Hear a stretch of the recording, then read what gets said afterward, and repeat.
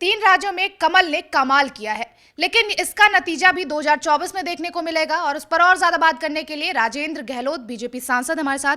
Sir, आप कैसे देखते हैं, तीन राज्यों में आप लोगों ने शानदार जीत हासिल की है। देश के प्रधानमंत्री आदरणीय नरेंद्र मोदी जी पे विश्वास, उनसे आशा रखते हुए तीन राज्यों की जनता ने हमें भारी बहुमत से आशीर्वाद दिया है। इसलिए मैं कह सकता हूँ कि 23 का चुनाव जिस ढंग से भारतीय जनता पार्टी के पक्ष में आया है, 24 का चुनाव भी देश की जनता भारतीय जनता पार्टी को भारी बहुमत के साथ, अभी जो हमारे पास जितनी सीटें लोकसभा में हैं उससे कई अधिक सीटें हमें लोकसभा में मिलेगी, क्योंकि विपक्ष के पास ना कोई मुद्दा है, ना कोई नीति है, ना कोई नीयत है। क्योंकि देश के अंदर तुष्टीकरण की बात को लेकर सनातनी का विरोध करके, भारतीय संस्कृति का विरोध करके यदि वो सर्वाइव होना चाहेंगे तो वो समय बीत गया। अब भारत की जनता जाग उठी है अपनी संस्कृति के प्रति, अपने देशभक्ति के प्रति, राष्ट्र के प्रति। लिए उनके कोई भी मुद्दा अब चलने वाला नहीं है, चाहे वो इंडियन अलायंस बना दे, चाहे और कोई गठबंधन बनाए। ये गठबंधन की गांठें खुल जाएगी, जैसे तीन राज्य में खुली, वैसे आने वाले समय में 24 में भी उनको करारी मात पड़ेगी। जिस तरह से आपने कहा कि इंडिया गठबंधन की गांठें खुल जाएंगी, तो तीन राज्यों की शानदार जीत के बाद कहीं ना कहीं वो गठबंधन की जो गांठें हैं वो खुल तो चुकी हैं, लेकिन तीनों राज्यों में नए मुख्यमंत्री, क्या लगता है इससे 2024 पर कितना असर पड़ेगा?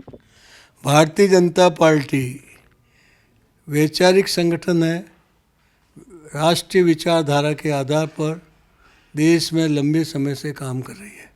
आपने देखा होगा, आज़ादी के बाद देश में अनेकों राजनीतिक दल बने, टूटे हैं, क्योंकि पीछे कारण ये था कि वह वंशवाद के आधार पर, क्षेत्रीयवाद के आधार पर और तुष्टीकरण और अन्य ऐसे मुद्दों के आधार पर इस देश में स्वार्थ की राजनीति कर रहे थे। परंतु भारतीय जनता पार्टी वैचारिक आधार पर भारत माता की जय के साथ भारत को मजबूत बनाने की संकल्प को लेकर काम करती आई है। इसलिए मैं कह सकता हूँ कि भारतीय जनता पार्टी एकमात्र ये पार्टी है जो मजबूती के साथ आगे बढ़ रही है, सामूहिक निर्णय के साथ आगे बढ़ रही है। और दूसरी पार्टी जो व्यक्तिगत और वंशवाद और क्षेत्रीयवाद पार्टी वो लगातार टूटती गई है, चाहे कांग्रेस भी कई बार टूटी है। इसलिए मैं कह सकता हूँ कि भारतीय जनता पार्टी के प्रति आने वाले समय युवाओं का, बुद्धिजीवियों का, आम लोगों का एक विश्वास, एक आशा भारतीय जनता पार्टी से है, जो देश को मजबूती के साथ आगे बढ़ाते हुए विश्व में भारत की छवि को अच्छी बना रहा है। सर, एक आखिरी सवाल लेना चाहूंगी आपसे।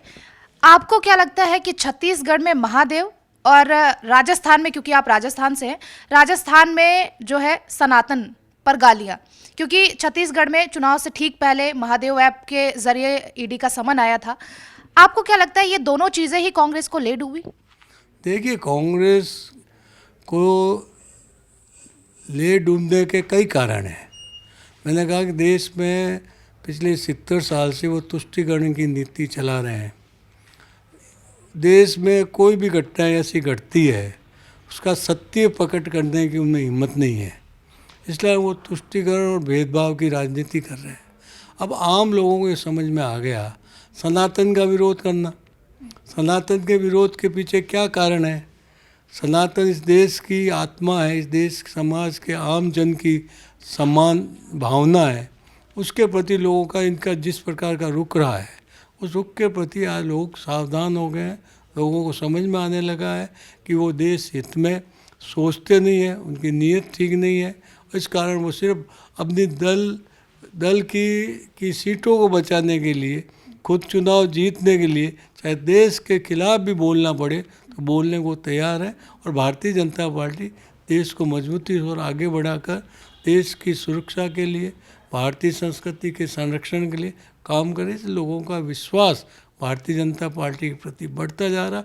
और भारतीय जनता पार्टी का जो नेतृत्व है, आदरणीय नरेंद्र मोदी जी का ये चमत्कारी नेतृत्व है, जिसके कारण देश ही नहीं विदेश तक उनके प्रति लोगों का गर्व है। इसलिए हम कह सकते हैं कि आने वाले समय में भारतीय जनता पार्टी आगे बढ़ेगी और इनका विपक्ष का न कोई नेता है, न कोई नीति है, न उनका कोई कार्यक्रम है। इस कारण ये सिर्फ विरोध के लिए विरोध कर रहे हैं।